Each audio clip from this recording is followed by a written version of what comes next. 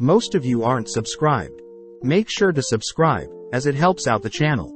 Without further ado, the series kicks off at the dead of night, with a mysterious lady supposedly slaying our MC, Tomokui Kanata, who is unable to stop his own death. Upon opening his eyes, our MC spots an elder goblin in front of him, hearing the old goblin give our MC the name of Gobru.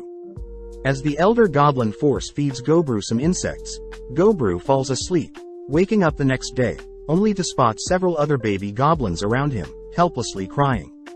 Another day has passed, and Gobru is surprised that goblins mature so fast, heading out towards the sunlight as various other goblins watch. With the fourth day arriving, the elder goblin states that this will be the last meal they will receive, as they will have to hunt for their own food moving forward. As Gobru savors the delicious grubs, Gobru once again heads towards the light, amazed to be in the middle of a forest where mysterious birds fly in the sky, along with the various unknown plants that surround their home. Gobru greets a fellow goblin, Gobkichi, purposely teaming up with one of the more athletic goblins to hunt down their next meal together. As Gobkichi scares a horned rabbit towards Gobru, Gobru manages to knock out the rabbit, but catches Gobkichi trying to eat without him, disciplining Gobkichi. As Gobru extracts the horn from the rabbit, he suddenly hears a voice in his head, brushing the voice aside, as Gobkichi and Gobru finally feast on the rabbit's flesh. With the fifth day arriving, the duo repeat the hunting process, but Gobru manages to make use of the previous rabbit's horn to slay another rabbit. Once again, Gobru hears a strange voice in his head, but once again brushes it aside, feasting on their prey. Just then, Gobru is notified that he has learnt the skill escape, realizing that he has the skill to absorb the traits of anything he eats, just like how he did in his previous life. As the two continue to hunt more food, Gobru notes how none of his skills carried on from his previous life, but is perfectly fine, as there are plenty of monsters in the forest. On day 6, the other goblins learn of Gobkichi and Gobru's success hunting horned rabbits, with Gobmi in particular revealing that a goblin brethren was slain by a horned rabbit the other day. Seeing as Gobmi is so amazed at Gobru's success hunting, Gobru offers Gobmi to join them hunting the next day, earning him a big hug from Gobmi. Sadly, due to it raining, Gobru postpones their next hunt, heading deeper into their cave's storage room to search for weapons. Upon spotting in particular, Gobru heads back outside beginning to craft a weapon, but reveals that he had seen some captured human women inside a storage room, not wanting to think about their reason for being there.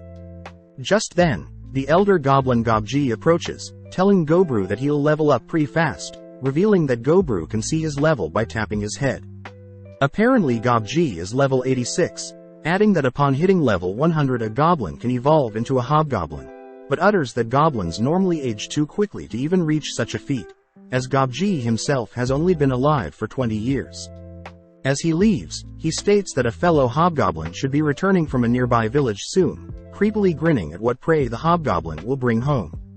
On day 8, Gobmi is seen assisting the hunt by attacking from long range, all whilst Gobru focuses on attacking mid-range prey, only for Gobkichi to deal with any prey at close range. As the trio enjoy their spoils from the hunt, Gobru is notified that he has learnt the skills, Thermography, Venom, Venom Resistance, Search and Evil Eye. Throughout the 9th and 10th day, the trio continued to hunt and feast, but on the 11th, the gang accidentally stumbled into a cave with hundreds of bats. As Gobru orders Gobmi to flee, Gobkichi holds up a shield for Gobru, allowing Gobru to activate his Evil Eye skill, freezing the bats in place, allowing the gang to slay the bats. Gobru acquires Echolocation, Vamp Up and Venephilia, from eating the bats, but at the same time, fellow goblins jealously watch from afar. That night, several goblins wake up in the middle of the night to attack Gobru, but having had his search skill active, Gobru attacks the 6 goblins with his horn, but when Gobmi found out they were attacking Gobru, she mercilessly put the goblins to sleep. On the 13th day, our trio faced an orc, forced to disarm the orc first, only to deal the finishing blow.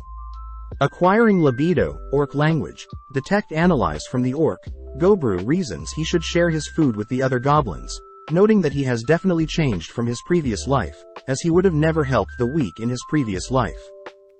That night, Gobru receives various messages, telling Gobru that he has met the conditions to evolve, but not wanting to waste his precious sleep. Gobru simply agrees to evolve, heading back to sleep. On day 14, Gobru wakes up, shocked to see his new body, but is even more amazed to see that his face resembles his previous life's. Seeing Gobkichi has evolved as well, Gobni is ecstatic for them, impressing Gobji as it has only been a month since they were born. Seeing as both are excited to test out their new bodies, they both agree to a duel, both heading outside to spar. As Gobkichi throws the first punch, Gobru nonchalantly blocks the strike, both trading blows, only for Gobru to slip Gobkichi's next punch, only to trip Gobkichi, making Gobru the winner. They both acknowledge how far they've grown, but suddenly they both hear loud cries off in the distance, prompting Gobru to call for Gobni to reveal herself, asking Gobni to grab her crossbow. Out on a large field, we see various horned rabbits being devoured by a pack of wolves, even managing to slay an orc flawlessly. With Gobru and Gobkichi in position, Gobru signals for Gobni to fire the first shot directly at the pack leader, drawing the wolves' attention, only for Gobru and Gobkichi to begin slaying the wolves, with the pack leader running off. Our trio are able to easily dismantle the pack of wolves, but as things wrap up, Gobru is confronted by the wolves' leader, but luckily the leader drops dead due to blood loss. Devouring the leader, Gobru obtains Wild Hunt, Hide Armor and Order, making use of it to become a leader. As Gobru brings back the wolves to feed the rest of the goblins, Gobru states that he expects to be repaid, prompting the fellow goblins to beg Gobru to train them how to hunt. With Gobru gladly offering to train them, the fellow goblins begin chanting and praising Gobru, giving Gobru a clear idea of what he needs to do moving forward. Gobru states that he plans to train his fellow goblins, all whilst devouring more skills himself, but as day 17 arrives, Gobru is seen exhausted with the amount of work he has on his plate. Upon heading back home, Gobru spots Gobni has finally evolved. Later that day, both Gobru and Gobji pray for the deaths of the captured human women, as they had chosen to take their own lives with a poison. With day 26 already arriving, Gobru continues to train the other goblins, scolding Gob for trailing behind, but also notes that he himself has been devouring and stealing skills from more monsters in the forest.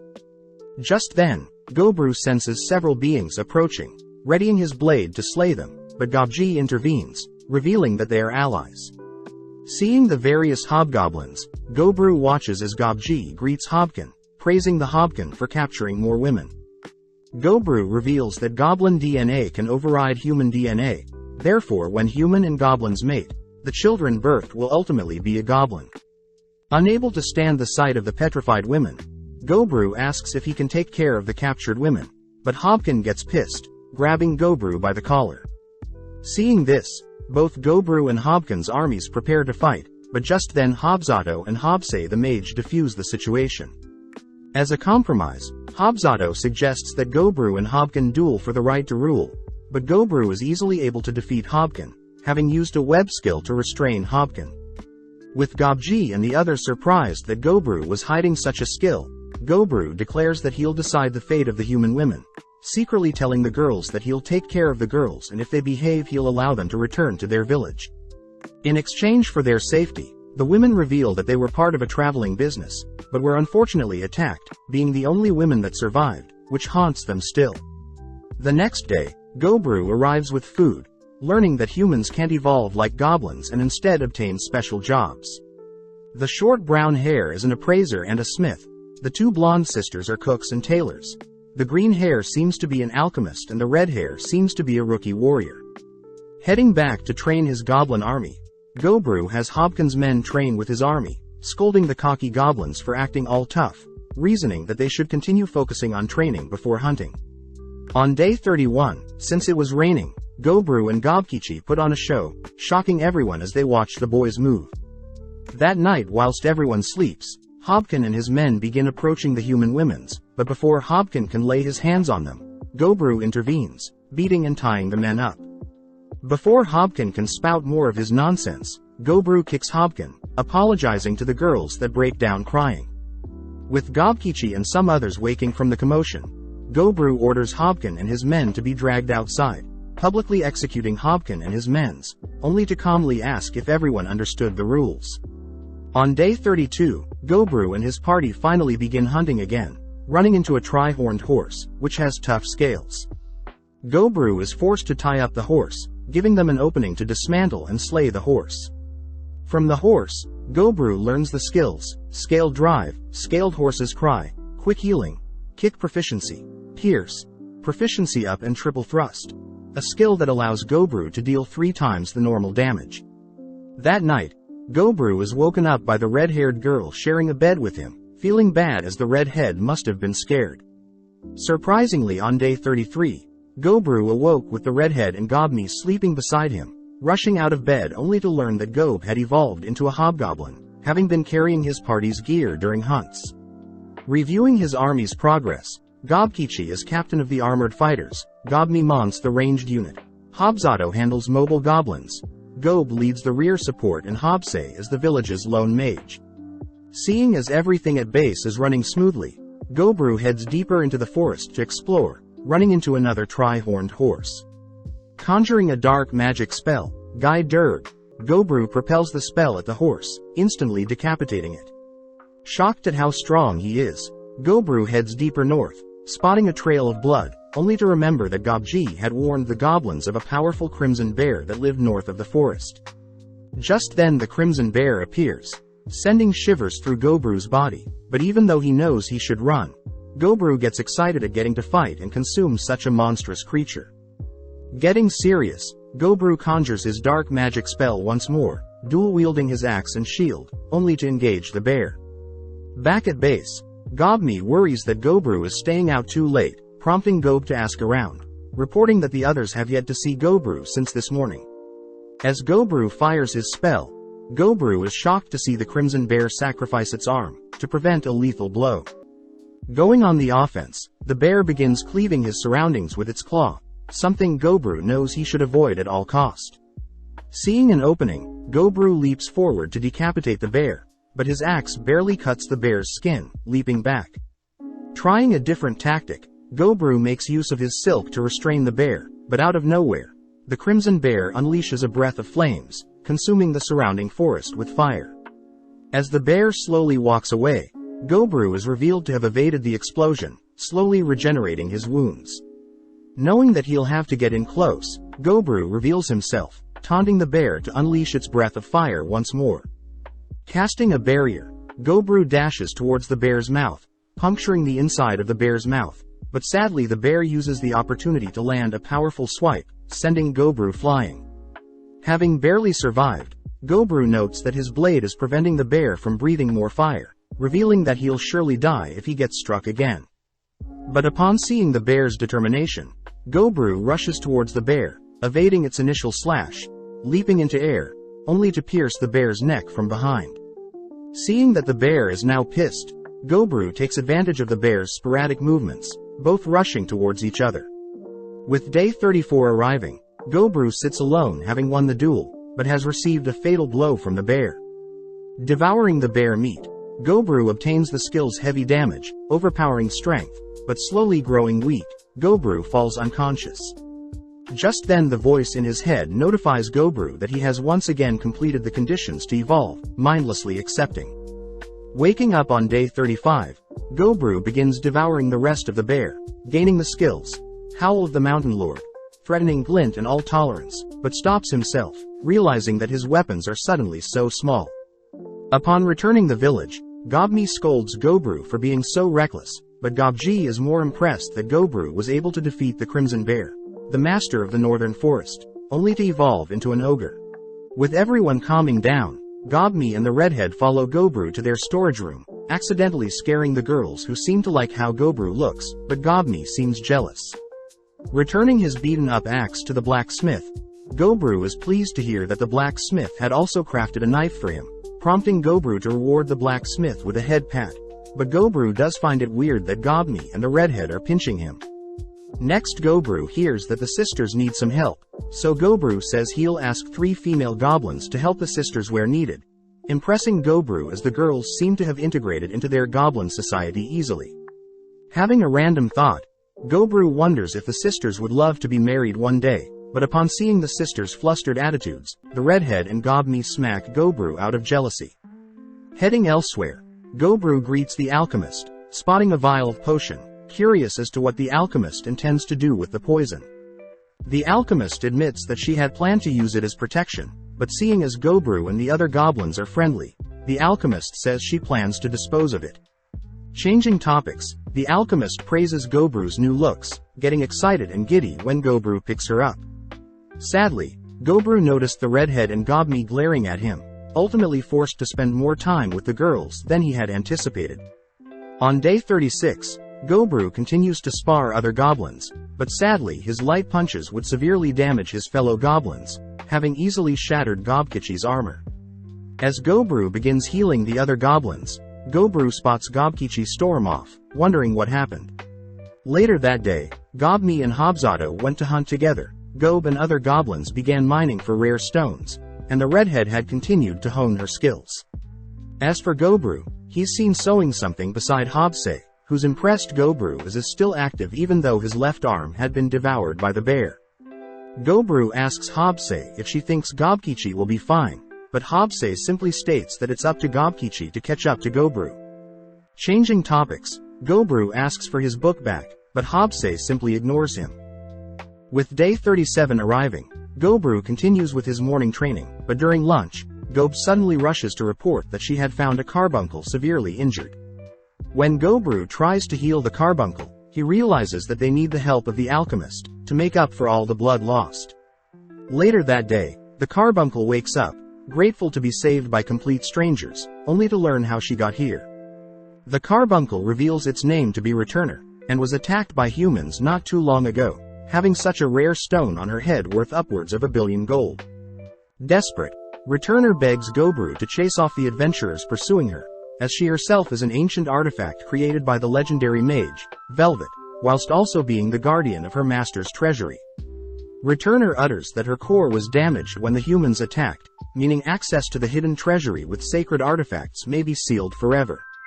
Returner states that she is willing to hand over the treasury to monsters rather than humans, which Gobru is pleased by, calling for everyone to gather around.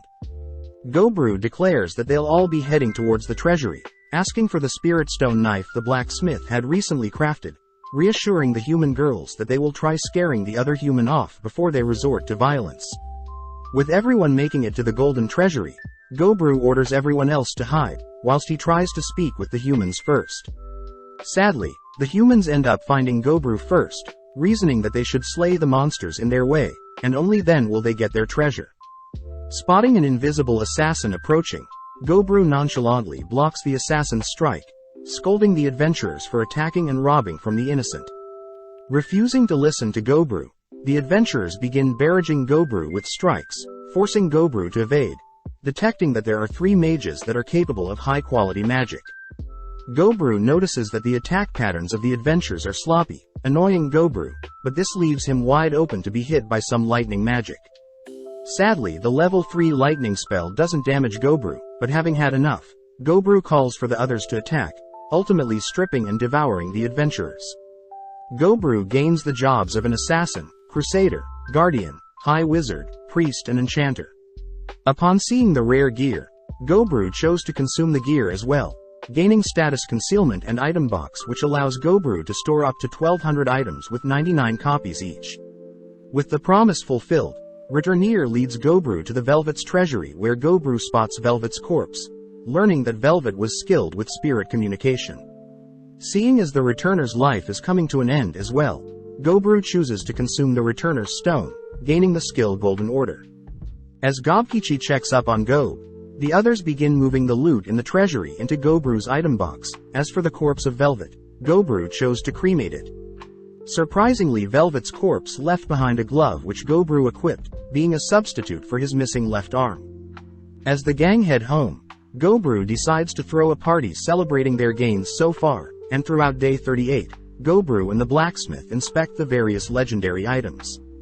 On day 39, Gobru handed out items to the 15 other hobgoblins, personally keeping the Vermilion Spear, Kaziklu Bay, the Magic Bracelet, Solitary Fury and his already equipped, Silver Arm, totaling 3 legendary artifacts, the second highest ranking items. That afternoon, everyone worked together to hunt down and make bear stew, but Gobru is concerned that the red hair didn't help out. On day 40, Gobru decides to hold a tournament to rank the hobgoblins. On day 41, Gobru set out to slay the golden spider, devouring and learning the skills goldthread and golden spider shell. Next was slaying the red deer with rose quartz antlers, but as Gobru explored the forest, he ran into a massive tree, realizing that the tree is home to dryads that seduce and suck the life force out of male species, something he learnt from Gobji. Just then a dryad appears before him, beginning to press against and seduce Gobi, but seeing as he can't hold back his temptation, Gobru makes use of a skill, indulging in his temptations and satisfying the dryad. Afterwards, Gobru heads to a nearby waterfall to wash off, but runs into lizardmen, slaying and learning the skills aquatic life and lizardmen language. Gobru ended the day with slaying a bull, making use of his left arm. On day 42, Gobru had found out that 2 goblins were capable of magic, assigning Hobsei to teach the goblins, but gets scared seeing how happy Hobsei is. Moving on, Gobru learns enchantment magic from the blacksmith, but wonders why the blacksmith, Gobni and the redhead are all mad at him. Shocked to see that the sisters are trying to poison him, Gobru learns from the alchemist that the girls are jealous, realizing that the dryad had left hickeys on his neck. Just then the alchemist leans in for a kiss, offering to do the deed with Gobru as well, but just then, Gobni, the redhead and the other girls offer to join in as well, all whilst Gobkichi and Gob are kept outside with some golden threading. On day 44, Gobru reveals that his search skill has improved so much, able to detect and discern approaching enemies he's encountered before, heading outside to greet some cocky elves. When Gobru demands to know what the elves want, the elves begin arrogantly scolding Gobru for not being grateful, but Gobru knows that the elves are asking for help against the humans that are preparing to attack. With Gobji and Gobru hearing that the elves will reward the goblins for their help, Gobji notes how it isn't a bad deal, but suddenly Gobru declines. Gobru states that the elf better be more sincere when asking for help, but as one of the elves begins to draw his blade, Gobru unleashes his petrifying gaze, bringing the elves to their knees. Swiftly picking up the leader of the elves by the neck, Gobru demands the leader halt his hidden elves from firing any arrows, but out of nowhere Gobru manages to catch an incoming arrow with his jaw. Seeing Gobru pissed, the elf leader calls his men to cease fire, but Gobru unveils his vermilion spear, stating that he's perfectly fine with teaming up. Stabbing the spear into the ground, Gobru conjures hundreds of spears that surround every elf within a 100-meter vicinity, something that ultimately scares the elves into retreating. On day 45, Gobru heads out to hunt 20 gray slimes, consuming them and obtaining the skills, physical attack resistance, auto-replication, fluid regeneration. Biting his finger, Gobru uses some blood to summon a mini-clone that allows him to see through and share senses, suddenly getting an idea. On day 46, Gobru asks the girls to create several pieces of clothing with Gobru's blood. This way Gobru will be alerted if anything happens to the girls, leading to day 47 where Gobru has spotted the elves returning using one of his clones. As the elves march towards the entrance of the goblins' cave, Gobru immediately activates his howl, once again freezing them in place, only to bind the elves with his silk. Interrogating the elves inside the cave, Gobru notices that most of the elves are apologetic, having tried to stop the elf leader, but the elf leader continues to be cocky, stating that he intends to punish Gobru for the other day. Annoyed, Gobru states that the elf leader will be put to death. As for the remaining elves, Gobru gives them a chance to live if they can each defeat one of Gobru's goblins. Surprisingly, out of 23 elves, only 6 failed to pass, but Gobru had secretly fixed the matches to have 6 male elves fail, consuming the 6 elves only to gain Resident of Evergreen, Elementaler, knowledge of archery, tracking, hiding. Sadly, Gobru announces that the remaining elves will have to surrender their weapons, stating that they will be kept as prisoners. When the elves voice how Gobru lied, Gobru reminds the elves that they tried attacking the goblins first, but spotting Gobji getting excited upon seeing so many female elves. Gobru reminds Gobji that no one is to touch the elves, but allows Gobji to at least satisfy himself. As Gobru finally slays the elves' leader, we cut to day 48 where Gobkichi has finally managed to solo a bear, reaching level 100, where he finally unveils his new body on day 49.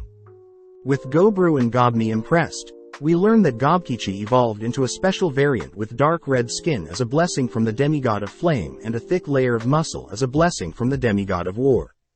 Gobkichi states that it's been a while since they both sparred, prompting both to head outside, both exchanging devastating blows with neither falling, but ultimately Gobru manages to outlast and topple Gobkichi.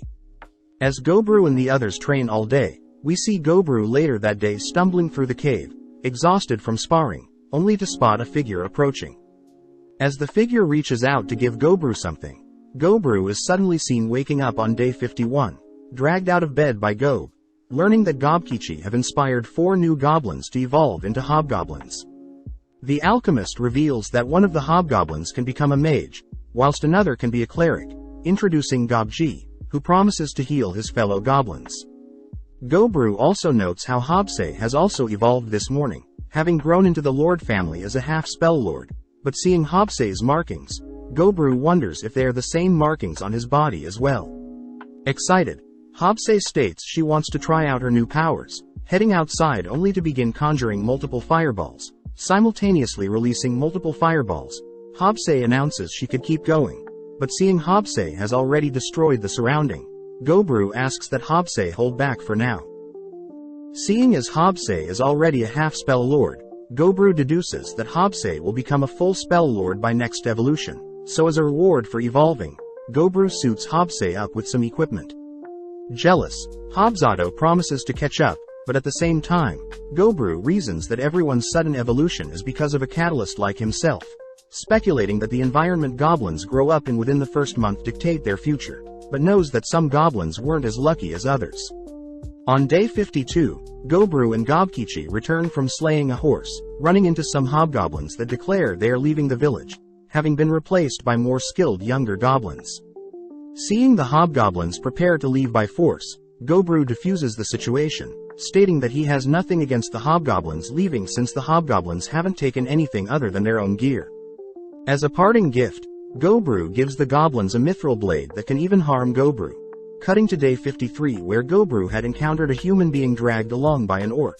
Intervening, Gobru slays the orc, but consumes the human, learning the rare skill Monster Tamer. That night, Gobru meets with the alchemist, who unveils the product Gobru has been yearning for, alcohol.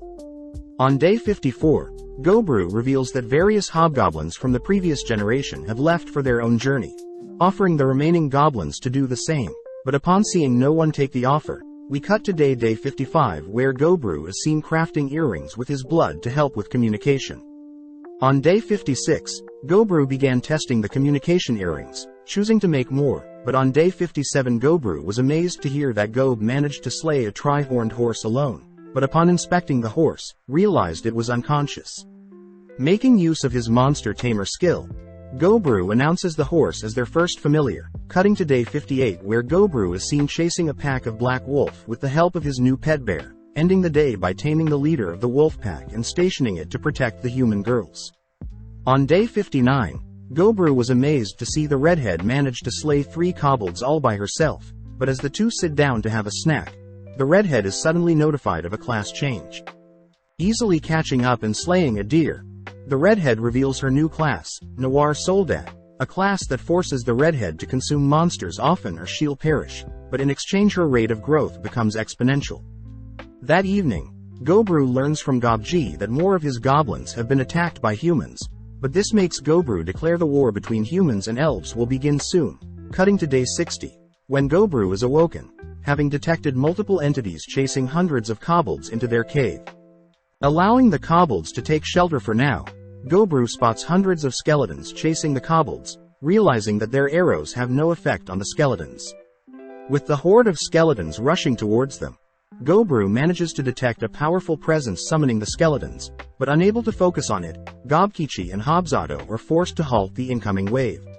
Surprisingly, Hobzato manages to shatter several skeletons with ease, prompting Gobru to order his goblins to begin smashing through the hoarder. Equipping his spear, Gobru begins counting to 10, all whilst dismantling and making his way through the horde of skeletons, only to easily slay the leader. Consuming the skeleton's leader, Gobru gains the skills Summon Lower Undead, High-Tier Equipment Materialization, Mana Absorption, Low Damage Reduction, Low Magic Reduction. Speaking with the kobolds, Gobru learns that Kobold had dug into Velvet's treasury, accidentally awakening the greater skeleton, but had also chosen to lead the undeads towards the goblins' territory. Seeing the kobolds so thankful for the help, Gobru says he'll take care of the wounded, noting how he's gathered quite the crowd.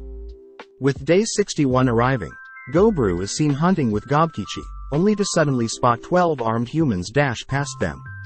Upon secretly following them, Gobru learns that the humans plan to kidnap the chief of the elves' daughter as they return from a festival, and that one of the elves had purposely given the humans the information. With 2 hours passing and the sun setting, the elves appear just as the humans had predicted, but the elven daughter catches Gobru's eyes. In an instant the humans barrage the elves with arrows, moving in close to finish off any surviving elves, only to capture an elven daughter. Having seen enough, Gobru reveals himself, easily tying up the humans with his silk, only to apologize to the fallen elves for not acting sooner. On day 62, Gobru interrogates the humans, learning that the humans plan to invade within 20 days. But after consuming the 12 humans, Gobru learns several new striking skills along with more types of resistance. With several hours passing by, the elven daughter finally awakes, demanding to know where she is, but Gobru can't help but notice her wings. When the elven daughter wonders if Gobru will do naughty things with her, Gobru ignores her, instead offering her some tea and explaining the situation. The elven daughter scolds Gobru for sitting by and watching her comrades be slayed, pushing the elf back. Gobru reiterates that they don't plan to fight alongside either the elves or humans. Gobru also reveals that there is a traitor that assisted the humans with attacking the elven daughter, but seeing the elven girl break down crying, Gobru reasons she should rest for now, and he'll send her home tomorrow. That night, Gobji wonders if he can play with the elf, but Gobru refuses to allow such things. On day 63, Gobru, Gobkichi and the elf begin heading towards her elven village, wondering why the elf has wings, only to learn that higher elves normally hide said wings in their body. Apparently when normal elves level up they sprout wings to fly, but not being used to her wings, the elf can't control her wings yet. With several hours passing by, the gang finally reaches the elves' village, but immediately Gobru sends 25 elves in the trees, all preparing to fire. Intervening, the elven girl cries for everyone to pause, instead taking Gobru and Gobkichi to meet her father, the chief of the village, who is grateful to Gobru for saving her daughter's life. Gobru clears up the situation, stating that he didn't save the chief's daughter expecting anything, but the chief still insists that he reward Gobru. Taking out a special item, the chief unveils the Failknot, an ancient class item that has been passed down their family for years. Seeing the chief genuinely grateful for Gobru saving his daughter's life, Gobru states that he's willing to give the chief some information on the humans, ultimately leading to Gobru befriending the chief, as the chief gifted Gobru with several mithril items in exchange for spirit stone knives and magical items. As Gobru prepares to leave, the chief asks if Gobru had seen their army of 20 that left their village not too long ago, but not wanting to sour their new relationship, Gobru lies, saying he hasn't encountered any elves. As a final parting gift, the chief gives Gobru some of their elven medicine and liquor, something Gobru is very grateful for, savoring the delectable taste for the liquor that night. On day 64, Gobru wakes up, asking for Gobni to wake up as well, but is surprised to see Gobni has evolved into a Dhampir variant, along with 8 other goblins evolving into hobgoblins.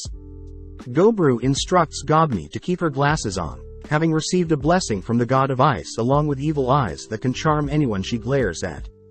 Gobru notes how her ice affinity offsets her weakness to sunlight as a vampire, but seeing her new form, Gobru can't help but feel she reminds him of someone. On top of things, Gob had evolved into a half-earth lord, able to now mine through bedrock, fortify her body and has lighting magic for detecting gems. Hobzato also reveals her new half-blood lord evolution, able to manipulate and use her blood as weapons, but as Gobru observes the girls, Gobru notices that they all have acquired tattoos, wondering if the tattoos mean anything. Needing new names, Gobji renames Hobse to Spelse, Gobmi to Dami, Hobzato to Bloodsato, Gob to Earth, Gobkichi to Ogrekichi, Gobji to Hobji, and Gobru is now Ogru. Having established a ranking for everyone's race, Ogru knows that once the human and elf war starts, the elves will surely seek their help, therefore Ogru plans to prepare everyone for combat. Upon giving the kobolds earring devices, Ogru gets annoyed at the female elves for being so reserved, choosing to infuse them with more confidence first. As Ogru begins training the elves and kobolds, Ogru chooses to summon undeads to help with sparring, choosing to equip the skeletons with more heavy-duty armor. As the elves begin to integrate to the goblins' way of life, we cut to day 65. Ogru figures out he can summon regular skeletons, zombies and undeads. Ogru also confirms he can't devour and steal the skills of Ghost, and that the undeads easily burn up in sunlight, but as their population expands over 100, Ogru wonders how he can get the kobolds to grow faster. As Ogru worriedly watch Gobfu devour the flesh of undeads, we cut to day 66, where Ogru and several others are visiting the caves where the kobolds reside. As the kobolds gather their stuff, Earth takes over, sealing the kobolds' homes for good, only for Ogru to order the kobolds to begin hunting down wolves, in order to tame more familiars. Surprisingly, the kobolds manage to tame 20 new wolves, but sadly no pack leader. As the gang return home, Earth runs into a stamp boar, excitedly charging at it, but Earth accidentally beats the boar to a pulp. That night, the blacksmith unveils Ogru's newly modified axe, having infused it with all 4 elemental spirit stones. As Gobru rewards the blacksmith that night, we cut to day 67 where Ogru has assigned the kobolds to continue hunting, only to have a private chat with Ogrekichi, not surprised that Ogrekichi has feelings for Earth. Ogrekichi admits that he can't hold back anymore, asking Ogru for advice, but Ogru simply orders Ogrekichi to confess his feelings tonight. With the full moon in the night sky, Ogrekichi finally musters up the courage to confess his feelings for Earth, who surprisingly accepts Ogrekichi's confession, both embracing. On day 68, Ogru is surprised at how fast Ogrekichi is, happy that Ogrekichi's confession went well, but Ogru secretly reveals that he had Dami help smooth things out for Ogrekichi to confess. Upon confirming that Earth is okay from last night with Ogrekichi, Ogru had Ogrekichi spar with one of his undead summons, only for Ogru and the gang to head out to slay stronger monsters. Upon consuming the monsters, Ogru tries out his new exoskeleton skill, suddenly encasing himself in some tough armor, something that can easily block incoming strikes. Seeing as the armor is too fancy, Ogru unequips it, but also takes the chance to try out his new flight ability, sprouting wings. Finishing off the day with some stamp boar soup, we cut to day 69 where Ogru starts the day by sparring with the redhead, happy that she's making progress. Next Ogru visits the blacksmith, happy to see the elves, Kuru and Uru, are enjoying working for the blacksmith. With the blacksmith and elves working together, they manage to craft a superior crossbow, but that evening, Ogru visits the sisters, learning that they obtained the class, head cook. As Ogru finishes up having the sisters recreate meals from his past life, Ogru visits the alchemist, amazed that the alchemist has produced nails from black skeleton bones that freeze enemies that are struck. As the alchemist makes her advances on Ogru, the other girls join in, leading to day 70, where the elves are visiting to report some news to Ogru. Thanks to the earrings, the elves Ogru captured are disguised as dark elves, but Ogru learns that the humans are finally making their move, as the elf representative proposes an agreement, asking Ogru to slay all the humans. Ogru gladly accepts, handing the elf a device that'll allow Ogru to communicate with the chief. As the elves leave, Ogru gets excited, deeming his army the Parabellum mercenaries, only to order everyone to prepare for war. On day 71, Ogru and his Parabellum mercenaries begin heading out, revealing that they've gathered 36 members, but with Spelsay's help, they've managed to expand to 73 members with the help of familiars. With everyone arriving early to the humans' camp, Ogru spots a magical barrier, noting how the barrier is meant to keep out lower-level monsters than the barrier's human spellcaster. Ordering everyone to surround the barrier, Ogru initiates the battle, infusing his silver arm with a magical spell, converting his arm into a crossbow only to penetrate the barrier with a single projectile. Following up, Earth created earth walls only for Hobsay and Dami to shoot fire and ice spells, all whilst Ogru summoned his hoarder of skeletons whilst firing several more rounds from his arm. As the battle ensued, Ogru was surprised spotting several humans alive, spotting the human leader. As Ogru makes himself well known, the humans spot Ogru, all turning their attention to Ogru. First, one of the human mages carves a path for the frontline humans. Next, the leader of the humans is enchanted with a speed and barrier spell, rushing through the army of skeletons, but unfortunately Ogru simply repels the leader as she strikes. As Ogru compliments the leader's fire spirit, the leader simply demands Ogru to defeat her before acting so close, but seeing as it's an interesting proposal, Ogru gets off his familiar, ordering his army to slay everyone but the Lady Knight, the sorcerer, the priestess and the flame swordsman. As the leader charges up a powerful strike, Ogru sadly reports that his army is simply too overwhelming, spotting Ogrekichi nonchalantly carving through the humans. Dami enchant and have the humans turn on each other with her charming eye. Bloodsato use the blood of the humans to collect more souls and Earth manhandle the remaining humans. Back with Ogru, the Lady Knight managed to reach him with her ignited blade, but sadly her blade is unable to pierce his thick skin. Out of nowhere a dragon spell is casted, with the caster asking for their leader to run. Sadly, since the Lady Knight refuses to flee, the caster is forced to release the level 5 dragon spell onto both the leader and Ogru. Not wanting the Lady Knight to die, Ogru flips the leader around, turning his back to block the spell, only to cast 3 simultaneous barriers, along with a vacuum and water projectiles, completely neutralize the powerful dragon spell. With Ogru's army suffering no casualties, Ogru obtains many skills from the corpses, only to cut to later that day where the elven leader is visiting to celebrate and thank Ogru for protecting them against the humans. As everyone celebrates, Ogru sneaks off to check on the humans, spotting the 2 human women writhing in pain, finally giving in and embracing Ogru as they cry for help. On day 72, Ogru equips his earrings onto the girls that force them to tell the truth, only to begin interrogating them, sharing information on the humans with the elven leader and revealing that the humans plan to attack the elves from multiple directions. On day 73, Ogru and his army waited for the next human army to approach the elven territory, meticulously hiding with preset traps, only to spot an army of 500 humans with 100 wizards among their ranks. Giving the signal, Ogru's army traps the human army with falling trees, only to crush and slay 200 of the humans with some falling boulders. A little more time went by and Ogru's firing squadron ended up whittling down the humans down to 100, prompting the remaining men to create a circle, choosing to bunker down. Spotting the remaining leader of the humans, Ogru orders his army to continue blasting the bunker, all whilst Ogrekichi is ordered to capture the humans' leader.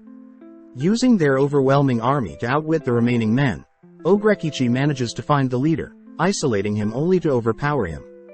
Ogru earns more skills from the corpses, but at that moment, Dami shyly utters that all the fighting had got her worked up, asking Ogru if she can have his baby. On day 74, the captured humans grow annoyed that they've been embarrassed, having been tamed with collars around their necks, but having heard enough the redhead man orders the cocky men to quiet down. Having interrogated the redhead man, Ogru learns that the human versus elf wars started due to the first princess of the human kingdom, Sternbert, suddenly contracted a fatal disease. The princess was also married to the future emperor of the neighboring empire Kilika, someone who knew of the elven medicine that was said to cure all illnesses, and hence the humans declared war on the elves, hoping to find said cure to heal their weakened princess. As Ogru wonders what his next move should be, we cut to Earth, who has accidentally uncovered a heated water source, giving Ogru an idea. Getting to work, Ogru unveils his newly created hot spring. As Ogru, Gobji, Earth, Gobkichi enjoy the bath, we see that the girls have begun scrubbing each other's back, each complimenting the other's fair skin.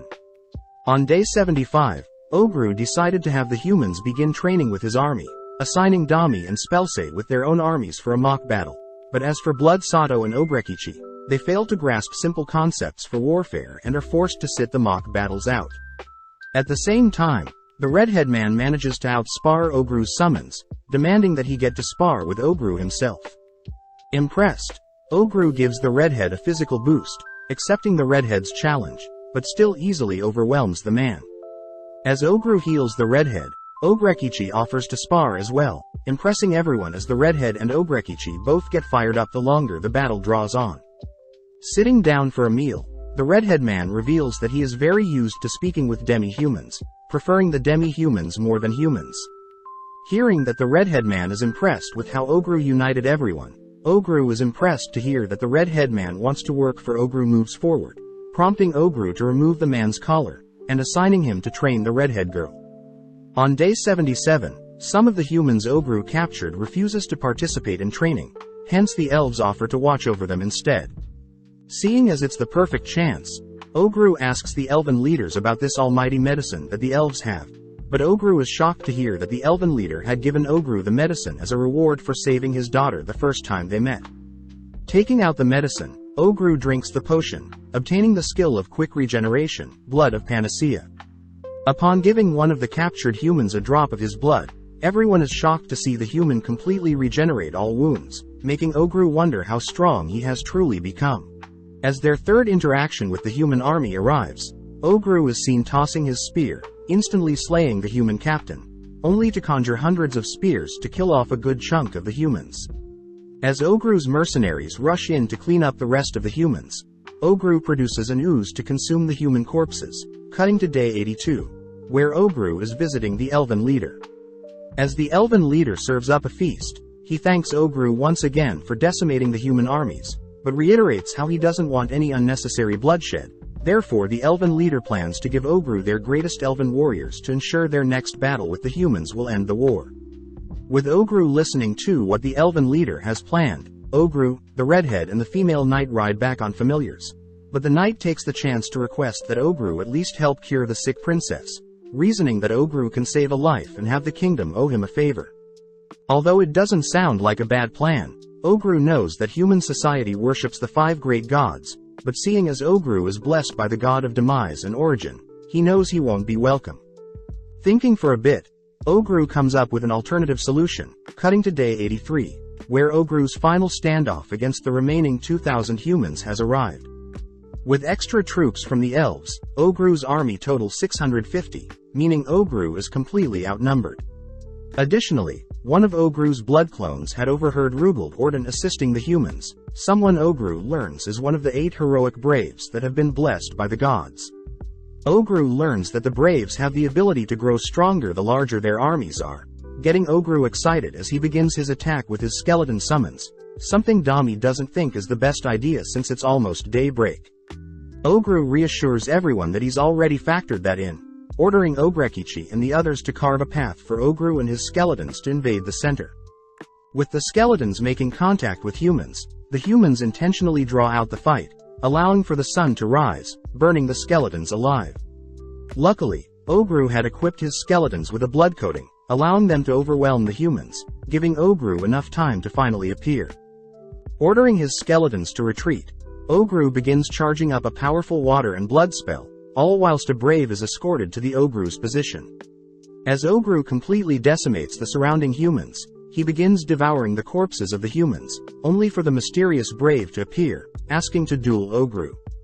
Ogru deduces that the brave standing before him must be Rugald Orden, Filippo the Bonebug Brave, impressing Filippo as he didn't think he was so famous, but Ogru gets weirded out by Filippo's demonic bug-like glare. Filippo begins complaining that Ogru has been causing trouble for him, but Ogru knows that Filippo is so carefree because he is very powerful, even refusing to share what he's blessed with when Filippo asks. Unveiling some bugs he's deemed Undero, Filippo tosses the bugs onto the human corpses, causing the human corpses to suddenly spring to life, but Ogru knows they aren't undead. Seeing as Filippo has sort of parasitic skill, Filippo reveals the difference between heroes and braves is that heroes are more individually strong whereas braves get stronger the larger their armies are. Unleashing his Undero Basala Undead Insect Legion skill, Ogru watches as the human corpses transform into insects, all swarming Ogru, but Ogru manages to easily defend. Impressed, Filippo chooses to take control of the bugs, but Ogru still manages to defend, forcing Filippo to unveil his giant centipede, Altilm, that catches Ogru off guard. As Filippo jumps with joy, he reveals that Altilm is considered a natural disaster, with potent poison able to paralyze its target.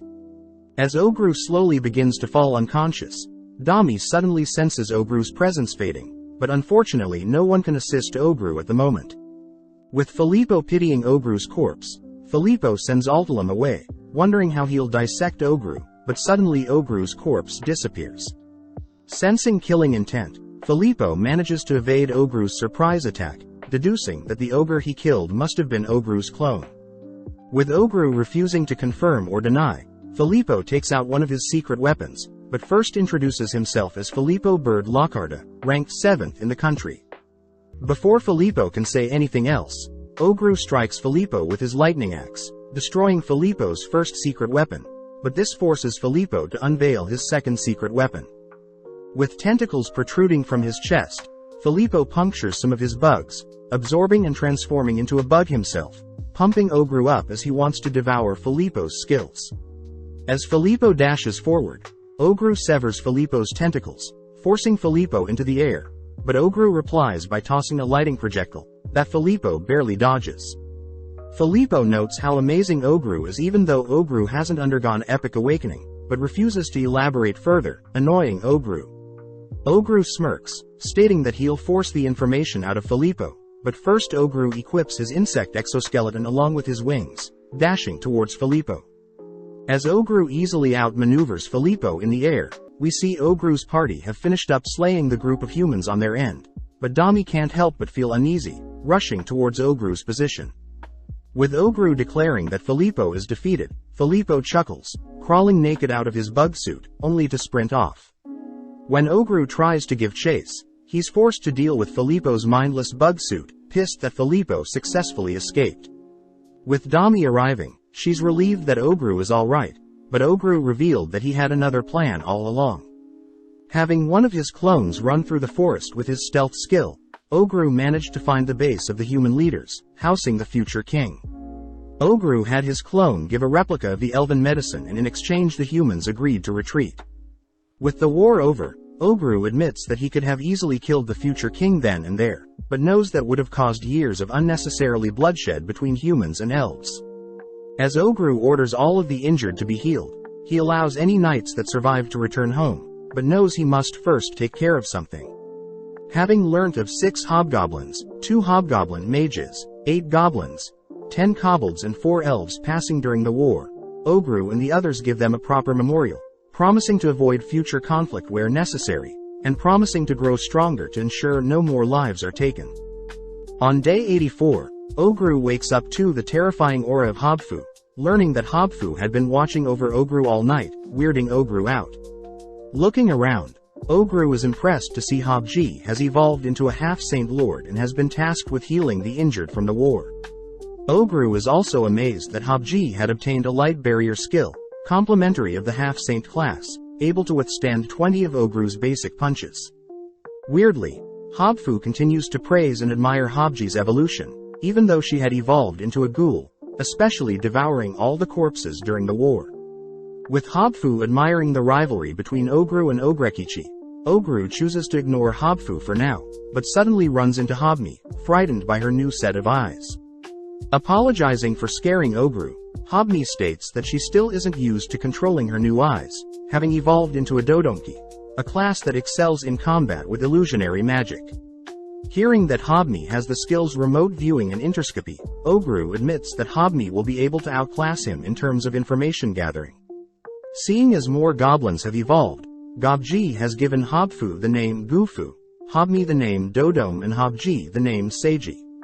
Additionally, Ogru learnt that 7 more hobgoblins had evolved into ogres, amazed that his goblins are mourning their fallen brethren, and are evolving to prevent more goblins' lives from being taken. Checking out the kobolds, Ogru is impressed to see 6 new fleet-foot kobolds, shocked to see the leader of the kobold evolve into a warrior kobold, something that resembles a cocky human, but with the evolution comes the name Akakazi no Suji. Gobji explains that a true name is a way for enemies to cast curse on enemies, meaning it would be best to conceal one's true names, but seeing as the kobold leader's name is too long, Ogru agrees to call him Akita. Wondering what he should do with the prisoners, Ogru calls a meeting for all the prisoners, informing everyone that they may leave whenever, but if they choose to stay they must follow Ogru's orders. Hearing this, several prisoners begin arrogantly declaring that they should be treated with respect, especially because they are stronger than some measly goblins. Ogru declares he could care less how strong they are, as Ogru would trust his goblin brethren to overcome random prisoners he saved. Offended, the prisoners demand to fight Dami for leader of the mercenary, but the prisoners get more cocky realizing that Ogru is the leader of the clan. With Dami holding back her anger, Ogru agrees to duel, prompting 2 of the prisoners to equip their flame orb and gale orb. As the 2 prisoners fuse their attacks, Ogru notes how orb weapons boost one's stats and can repair themselves when damaged, giving Ogru the signal to decimate the two without fear of harming them.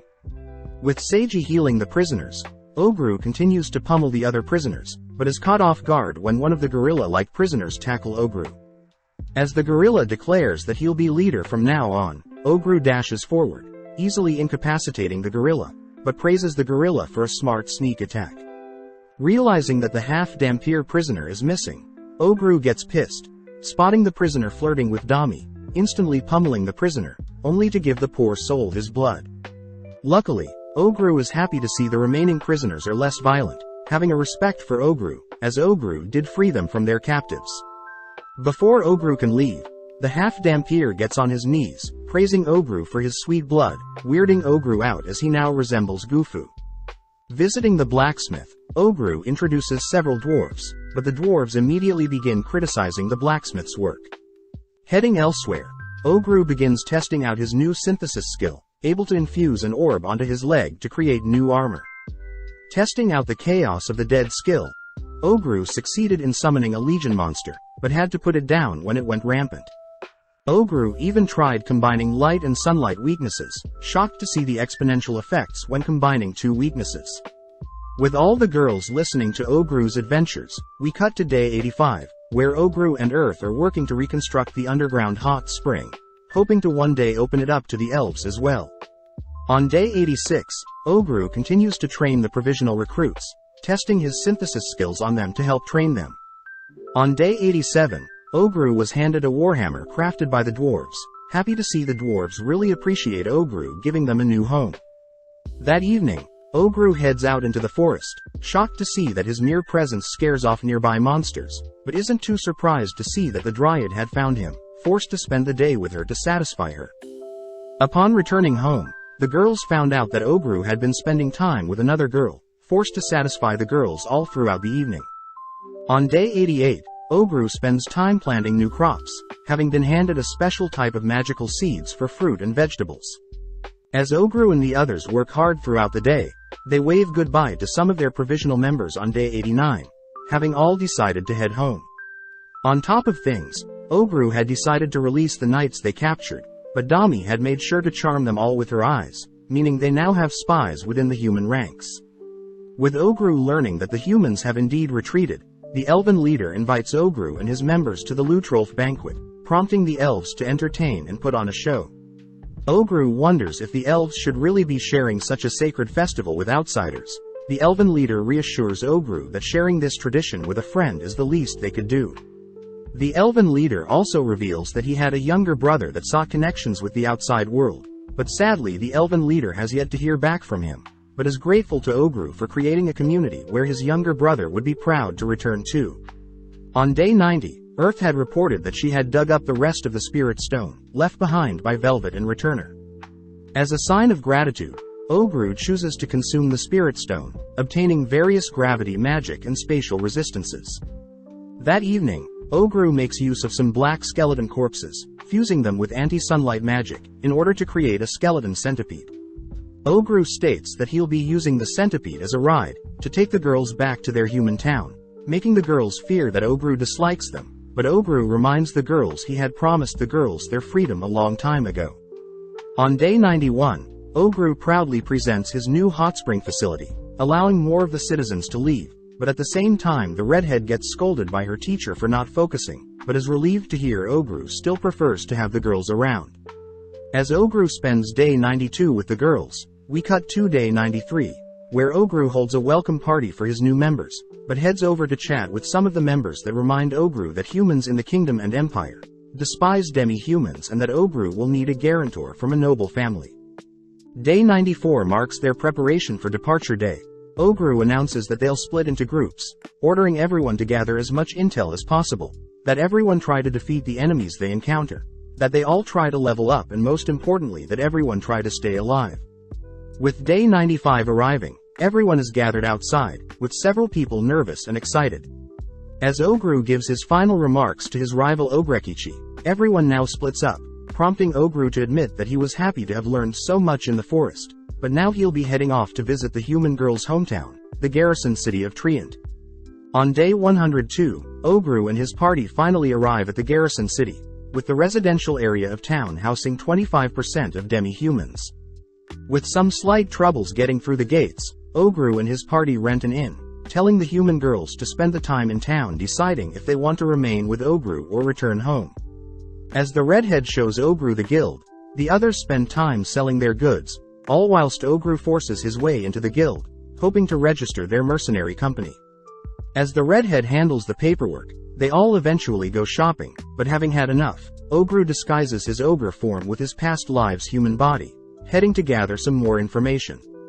As Ogru walks around, he overhears rumors of a terrifying ogre roaming around, sad that his monstrous form won't be able to blend in as well as he had hoped. Heading through an alley, Ogru spots 6 men surrounding him, nonchalantly dismantling them, only to devour and obtain several new abilities. Inspecting the men's equipment, Ogru notices the men all have the same ring, wondering what type of organization these men are from. But out of nowhere Ogru overhears a boy arguing with some men. Hearing the boy demand the men free his mistress, Ogru spots the men wearing the same rings as the 6 he just devoured, watching as the boy tries to apprehend the men, but the boy is easily overpowered. Before the men can dispose of the kid, Ogru steps in, knocking out the men and saving the kid, allowing the men to be free, but has one of his replicas infect the men to track their hideout. Having saved the boy, Ogru gets annoyed that the kid is berating him for not slaying the men, revealing that he is a mercenary, handing the kid his card, only to temporarily reveal his ogre form, heading off. That night, the boy reveals that he was in charge of protecting a princess, but having let his guard down, the princess was kidnapped. Ogru reveals that he had tracked the men's hideout to an abandoned home outside of town, both immediately heading to rescue the princess, but upon seeing the princess is alive and well, Ogru discovers documents showing that the princess's kidnapping was all planned. Burning down the men's house, Ogru orders the boy to not disclose what happened today, but when the boy refuses, Genki is forced to hypnotize the boy into submission, leaving him with the princess. On day 103, Ogru gets word from Seiji that some new goblins and hobgoblins are born, exciting Ogru, but Ogru is more worried about the human girl's answers. Upon meeting up with the girls, Ogru is grateful that all of the girls want to return home with Ogru, but before Ogru is able to leave the inn, the princess from last night greets Ogru. Introducing herself as the first daughter of the Sternbert Kingdom, Rubelia Iceful Sternbert, Rubelia thanks Ogru for saving her, but off to the side the boy apologizes for failing to stop the princess. With Ogru reassuring the boy it's fine, Rubelia reveals that she's come to give Ogru's mercenaries the job of escorting her back to the royal capital of Oswell. Seeing Rubelia so confident in the way she speaks, Ogru respects Rubelia for not fearing him, but Ogru flat out rejects Rubelia's job request. Ogru reminds Rubelia that she has her own guards, scolding Rubelia for not using them, but Rubelia gets amused at how much Ogru cares for her. The boy adds that Ogru will be rewarded with a gold plate on completion, something the human girl knows is worth 1 million gold coins, ultimately convincing Ogru to accept the princess's job. Meeting outside of town, Ogru asks where Rubelia's guards are, shocked to hear Rubelia had left her guards behind, afraid he'll get blamed for kidnapping the princess. Heading out on his skeleton centipede, Ogru can't help but keep the princess entertained, spotting several buffaloes nearby, creatures with high-quality meat and rare medicinal horns. As a quick-lung Brea, Dami and Ogru hunts down some buffaloes, enjoying some steaks, only to continue their journey. Stopping near a body of water, the redhead is tasked with dueling a blade rabbit, at first overwhelmed by its speed, but manages to slay and devour it. As they continue their journey, Ogru can't help but grow more annoyed at how Rubelia is acting, putting her in timeout when she gets too close to monsters, only to spank her for not listening. On day 104, the gang encounters shelled turtle snakes, prompting Ogru to ask Neki, Fuki and Genki to help hunt them, but when the trio refuse, Ogru simply deals with them himself. Working with the chef sisters, Ogru manages to cook up some turtle snake broiled in soy sauce, only to all enjoy the delectable taste. Continuing their adventure, Ogru admits that Rubelia's curiosity for the outside world is fascinating, but does get annoyed that the princess loves sitting on top of his shoulder. Ogru had learnt that the boy watching over the princess is a knight specifically assigned to watch over the princess, meaning Ogru plans on training the knight, agreeing to train the princess as well. With Ogru forcing the boy to not overly rely on his skills and class, Ogru spots the princess working hard as well, impressed at the princess's dedication. That night, Ogru and his party had passed the mountains, making everyone discuss their next best route options. The boy suggests that they take a longer route, as the shortest route is littered with fillets eagles, the strongest creatures within their current terrain, being extremely agile whilst housing paralytic toxins. The boy also mentions how the leader of the eagles, the Jade Eagle, is in a different league from the usual monsters Ogru encounters, ultimately convincing Ogru to hunt down the Jade Eagle. On day 105, Ogru stands atop of the carriage, luring in several eagles, only to hunt them for some fried eagle. As the day goes by, Ogru detects a powerful enemy approaching, warning everyone to remain within the carriage, all whilst Ogru stands before the Jade Eagle. With an hour passing, Ogru's party grows nervous not hearing anything from Ogru, prompting Neki to wonder if they should flee, but Dami states that she'll hunt down the creature if Ogru needs their help. With everyone peeking outside, they suddenly spot Ogru's severed arm, watching as the eagles begin to circle Ogru. Having drawn on the battle long enough, Ogru chooses to devour his own severed arm, immediately regenerating his wounds only to equip his armor. Unleashing his thread, Ogru manages to trap the eagle, pulling the creature in close, only to smash it out of the air. Upon inspecting the creature's corpse, Ogru spots a soul stone, something the girls recognize as a very rare item, with 1 in 100 bosses even dropping such an item, as the stone can be used to craft powerful items. As Ogru devours the Jade Eagle, he acquires new skill along with wings for his exoskeleton, but Rubelia wonders why Ogru consumes the monsters he's slayed. Ogru thinks about how he was asked the exact same question in his previous life, revealing that Ogru wants to appreciate and honor those who choose to challenge Ogru and are defeated, ultimately carrying on their skills and wishes. As Ogru and his party arrive at the village of Mason on day 109, but with the villagers laying eyes on Ogru's monstrous form, they immediately prepare to attack. Stepping in, Rubelia reveals her Sternberg royal crest, shocking Ogru as all the villagers immediately make way for Ogru's monster party to enter the village. Heading directly for a gorgeous waterfall, Ogru reveals that they found out about this waterfall in town, leading Rubelia to play in the water only to tease Dami by splashing Dami water with some water. That evening, Ogru makes use of their party's presence to take up the entire hot spring, but Rubelia takes the chance to argue that her body is far superior than the redheads. That night, Ogru's party and the village celebrate with some alcohol, leading to some song and dance, but sadly one of the villagers tried hitting on Dami, ultimately beating him into a pulp. As Ogru diffuses the situation with a drinking game, we cut to several hours later where most of the villagers have blacked out from drinking or dancing too much, leaving Ogru alone to consume and gain new skill from some fish. On day 110, Ogru and his party leave Mason Village, heading straight towards the Cluster Mountains. Ogru notes how the day should be peaceful, letting everyone in the carriage know that they'll be at the foot of the mountain by tomorrow, but upon learning that the chef sisters are exhausted from cooking all night, Ogru promises to cook and give the sisters time to rest. On day 111, the sisters ask that Ogru should slow down the carriage, revealed to be pregnant with Ogru's children. Ogru is surprised that their bellies are already so big in only one day, calling Gobji and asking if they should return home at once, but Gobji reveals that ogre children steal nutrients from their mothers and be born quickly, but since the mothers are humans there is a chance the sisters will pass away after giving birth. As Ogru's party rush to find a place to deliver the babies, the sisters grow more and more tired. Rubelia feels sad, unable to help out, but when the sisters see Ogru's stressed expression, they reassure Ogru that they'll be fine. With some more time passing, the alchemist spots the sisters' arms have become so skinny and the girls are growing weaker by the second, meaning they need something that will give them nutrients to counteract the changes to their bodies. Coming up with an idea, Ogru severs his own arm, asking the girls to satiate themselves with his raw flesh, but the sisters are clearly against eating Ogru's meat. With no other choice, Ogru is forced to mouth-feed the girls, declaring that he refuses to allow the sisters nor their children to die, ultimately making the girls give in. Finally arriving at a cave, the three lords take care of the bears, allowing Ogru to create 2 beds for the sisters, where the sisters begin to writhe in pain. As Ogru pumps the girls with healing and anesthesia, he remains by their side for hours, spotting the oldest sister's child mature first, prompting Ogru to call Seiji and ask him to learn from their upcoming procedure. As Ogru equips a small operating blade, Ogru manages to successfully deliver the older sister's baby girl and the younger sister's baby boy, and any wounds the sisters received were instantly healed with Ogru's blood. As Ogru's party celebrates a successful procedure, Ogru takes some time to himself, calming his nerves, but also learns that his 2 children are mixed blood ogres, creatures with only 1 horn.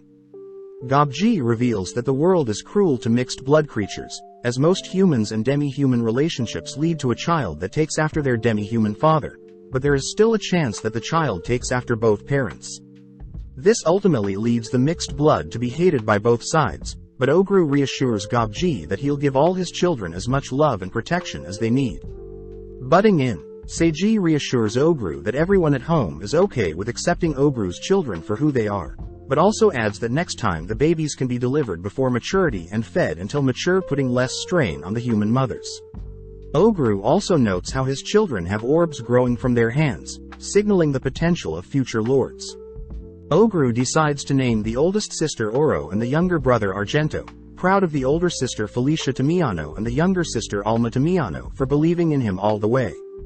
On day 112, Ogru decided to head out of the cave into the freezing snow, stumbling onto a majestic-looking white deer. At a glance, Ogru detects that the deer is a boss class, one that will easily slay Ogru if he isn't careful, but having not fought in a while, Ogru equips his armor ready for a grueling fight. With Ogru and the deer standing off, Ogru waits for the deer's first move, but instead is shocked to see the deer shed its antlers, sprinting off before Ogru could react. Amazed at the quality of the antlers, Ogru wonders what skills he'll acquire from consuming them, but upon remembering his children chooses to store them and share them later. As Ogru continues trekking through the snow, he stumbles onto a brawl between some humans and beastmen, deeming the boss of the beastmen Balor. Ogru is impressed at the humans' power, able to overwhelm the beastmen and even Balor, but Balor reveals his trump card, blasting the humans with a powerful spell. With the humans unable to keep up with Balor's overwhelming magic, Ogru is forced to intervene by firing a single shot that splits into 4, decimating Balor and saving the humans. Revealing himself to the humans, Ogru gets excited thinking about how he'll get to face the human party, but is also curious as to how he'll be storing the massive head of Balor. As the leader of the humans prepares to fight, Ogru suddenly detects immense potential from the human, choosing to hide the fact that he stole their prey, and instead offering to heal the humans' wounds in exchange for the corpse of the beastman. With Ogru bidding the humans farewell, the humans wonder what kind of person Ogru was, shocked to have run into an ogre of all places. The leader utters that he believes Ogru hasn't reached epic level status yet, but reveals that his skill premonition of death showed him that Ogru would have wiped out their entire party even though Ogru is still so low level. Returning back to the cave by nightfall, Ogru munches on Balor's corpse, gaining various skills, but is even more pleased to learn that his children are already capable of walking. First, Ogru fed his children the deer antler, happy to see his children glow due to a power increase, but when Ogru and the redhead consumed some of the antler, the redhead gains the title of Sacred Beast Eater, giving Ogru cold sweats as the sacred beast deer would have been way out of his league. That night as Ogru and his party head to bed, he asks what he'll do with the skills he can't see, suddenly getting a prompt to further evolve into an apostle lord. Blindly picking yes, Ogru has been assigned the true name of Yaden Doji, along with the unique ability of Marshal of Pandemonium and Twilight Demon Eater. Upon acquiring several new things, the prompt suddenly shows an error, showing Ogru needs to meet requirements to unlock 2 unique skills. Afterwards, Ogru obtains the special ability Heretic Nemesis, Fate Plunder and Legend of the Black Eclipse Demon, ultimately buffing his subordinates as well. On day 113, everyone wakes up to a shrunken Ogru, but will a more powerful aura. On day 114, Ogru and the gang learn that the alchemist and the blacksmith are now pregnant, but this time everyone knows what to do, all heading towards a body of water. After stopping for a while, Ogru happily reports Spinel Fiend the alchemist and Emery Furlet the blacksmith have now given birth to their own children as well, Glady naming Emery's son Oniwaka due to it being a high ogre, and Spinel's human girl Nicola. As Rubelia gets intrigued at how big Oniwaka is, Ogru and his party begin to head out, setting their sights on their final checkpoint before heading to the city of Purgatory. On day 115, Rubelia dons a disguise now that they are in a town, fearing that she'll be recognized. Ogru states that the human mothers will be staying in the inn and taking care of their children. As for the others, Ogru orders them to help gather intel at the Adventurers Guild, threatening to punish them if they refuse. Upon arriving at the guild, the redhead tells Ogru about the training area, intriguing Ogru as many adventurers begin gathering around Ogru, wondering how strong Ogru is. Ogru knows that he could easily take them all on, but instead orders the Neki, Fuki and Genki to spar with the adventurers instead, offering to pay anyone silver plates if they defeat the trio. As the trio fend for their life, Ogru forces Dami to sit by and watch, fearing that Dami may slaughter everyone. With the trio able to survive the onslaught, Ogru proudly declares that they all belong to the Parabellum mercenaries, handing out their business cards. Later that day, Ogru, Dami and the redhead do some shopping, but Ogru stumbles onto a device that resembles a camera, instantly snatching it up only to head back to the inn where Ogru begins snapping memories of his kids. That night, Ogru thinks about how they'll be heading to the capital of Oswell in a few days, reasoning that he should update and check up on the other members of his company. First contacting Bloodsado's Group 3, Ogru learns that everything is running smoothly, but is surprised to hear Spellsay had acquired an unusual amount of magic books.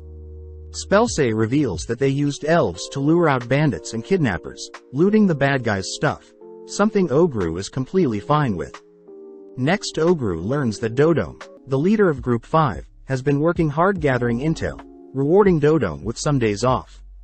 Checking into Group 4, Ogru notices all the members arguing about who should take charge, but coming up with an idea, Ogru simply assigns Hobrin to be their leader, leaving her to sort things out. Finally moving on to Ogrekichi's Group 2, Ogru wonders if what he saw was right, accidentally waking up Dami when Ogru utters that he saw his own self die through Ogrekichi's party. On day 116, Ogru gathers his group, telling them about the image of himself dying, asking to first head towards the maze city of Griffos where Group 2 is currently.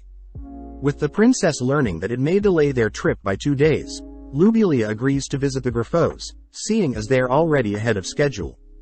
With Ogru thanking the princess for understanding, we cut to day 117 where they're halfway towards Griffos, but Ogru takes any chance he gets to spend time with his children during the journey. Spotting Dami sitting alone admiring her necklace, Ogru wonders why Dami still has the necklace he gave her so long ago, but Dami reminds Ogru that it's only been 4 months since they've been birthed.